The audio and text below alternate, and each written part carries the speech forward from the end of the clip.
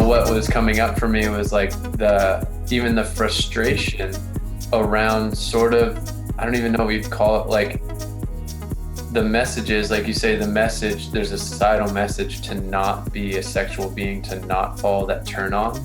But then at the same time, there's a whole societal message from the media to, hey, get turned on. Sex sells, right? So it's allowed to be outside of you. When you watch a fight, there's the ring girl in the bikini.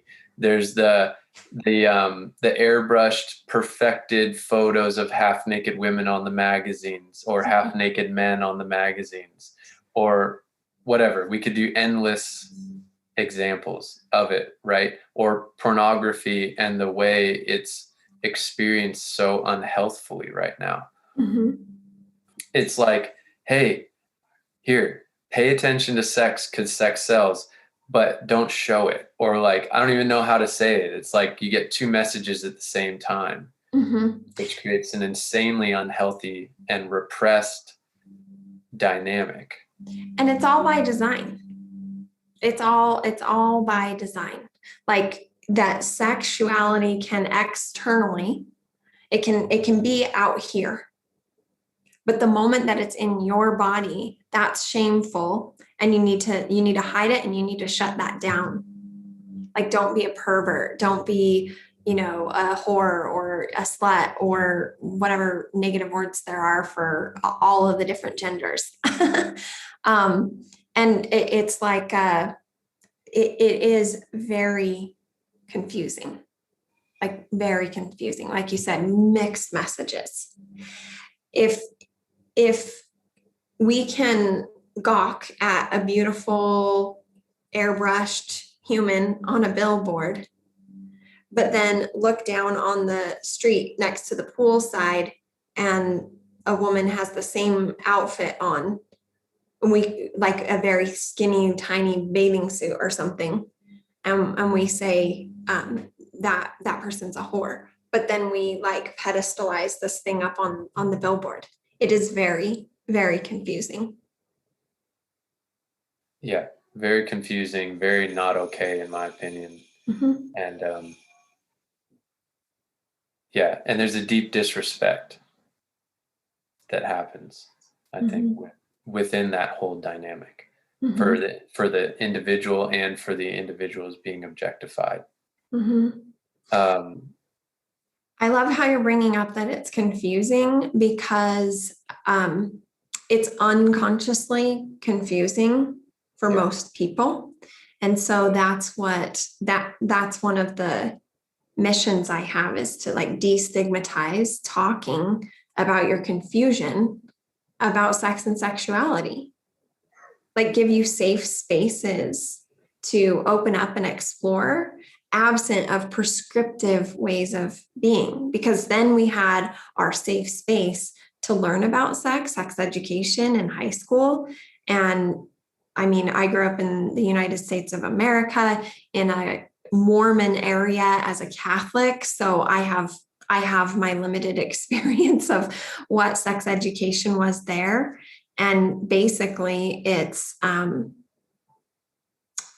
don't have it. And if you do, you're going to get pregnant and you're going to get a disease. And this disgusting picture of, painfulness is what you're going to end up with. And I just use the word disgusting, which stigmatizes STIs and STDs. They're not disgusting. They're just a function of being a human. But because of my conditioning, I want to apologize to anyone who heard me say that just then. That was my conditioning coming out from being in high school and calling it disgusting. And it's like, oh, geez, like deprogram. No shame there. If you have an STI or an STD, just very important that you get sex positive education on how to work with and deal with that. But the point there was that the safe space to like learn about sex, a lot of us didn't have it. And if we did, it was don't do it. And if you do, you're going to have this tragic outcome and deal with, open wounds between your legs for the rest of your life. Amen. Go on about your day.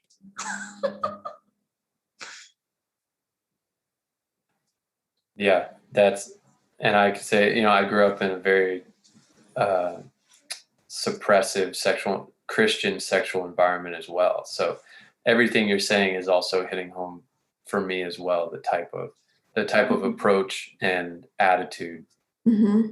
towards it that created a very confusing dynamic for me from a very young age, where I've always been someone who's had a very intense amount of sexual energy running through my body that I did not know how to channel from a young age. I just did not know what to do with it. Well, how would you? Like, there's no So, rites of passage, no rituals and education that this is a good thing. And here's how you can, you know, live fulfilled with that energy. right.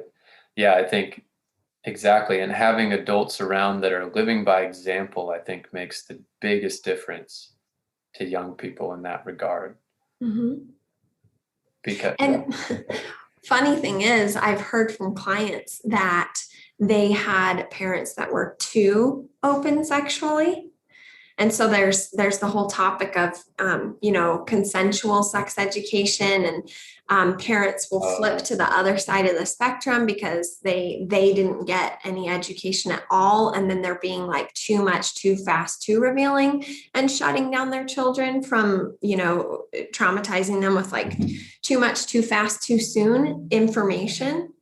So yeah, it's like a very delicate space that I work in, adult sex education for fulfillment. And I don't, my work with people isn't sex centric. So another like to turn to a different aspect of this, another way that someone can channel their sexual energy is through their self-expression, through the way that they dress, the things that they create, the conversations they have, the stuff that they're involved in life, the job that they choose. All of these things are ways to like channel that creative, powerful self-expression and sexual energy.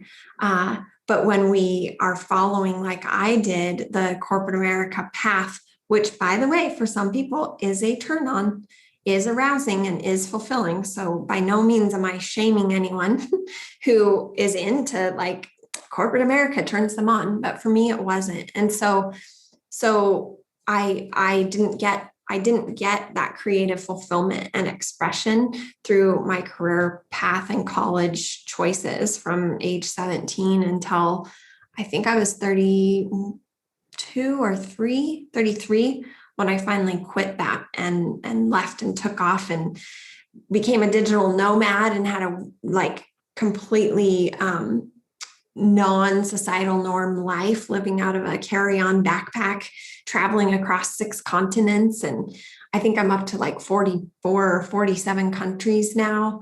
Wow. Just Cool. being myself. Yeah. However, the unconscious confusion and repression and like trying to corral and contain that sexual energy is what leads people to violence of different kinds, including sexual violence, passive aggression, depression, anxiety, suicide, just not even being passively aggressive, just being aggressive and taking stuff out on their family, their friends, their coworkers. So it's an epidemic, this unconscious confusion, repression of sexual energy, of being connected to your eros, your unabashed badassery, to know what's actually a yes for you and what's a no, what's life-giving and what's life-taking. Because most people are making life-taking choices, contracting, tense, stressful, stress-inducing choices most days, most of the time. Contract, release. Go back to contract, Mm-hmm. release. Mm-hmm. Yeah, and that release can come out in sex, but it can also come out in all those other ways that we just listed: passive aggression, violence, aggression, depression, anxiety, suicide, self-hatred, self-loathing. Yeah. I've seen all of these things heal through getting in touch with that eros. And that doesn't mean that every client I work with, like sex is the answer. It doesn't have to be like through just the act of sex or self-pleasure. It's through their self-expression. They start loving themselves instead of self-loathing, they're self-loving. Instead of self-hatred, they're in self-acceptance. And then they are fulfilling themselves. So part of the reason why we've been taught to separate from our own replenishment, our own, it depends on if you're doing like Taoist or tantric wisdom, they'll say, you only have a certain amount or something of this sexual energy or the seed or whatever. But I believe it's a never ending magical fountain within us. And if we are programmed to be looking outside of ourselves for happiness and fulfillment, that's like a never ending battle. Like it depletes. But once people are in touch with their own eros, their own never ending fountain tank of life force energy, through resurrecting their connection to turn on. And some people come and they have fulfilling sex lives. It's not about that. It's about them not being people pleasers at work, getting stepped on. It's about them dating the same person over and over and repeating familial patterns.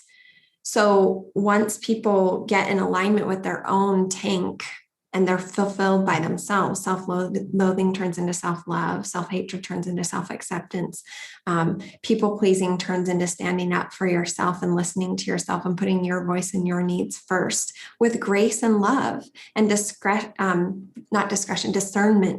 And being an unabashed badass doesn't mean that you're an inconsiderate jerk. However, we've been taught to look at people who are fully in touch with themselves and call them selfish. Yeah. And call them self-centered and egotistical and all of these things, when really they're in right relationship with themselves and we're the ones who aren't. That I remember that. Ooh, I did a Facebook Live like 2 or 3 years ago. And it was 2 or 3 parts because the internet kept going out, and I have blonde hair in it if you want to Facebook stalk me. And it said, I've become the woman I used to hate. Because I would see these women full of themselves, which is a good thing I learned, and full of life, and just be like so radiant and magnetic and always get what they wanted and so happy.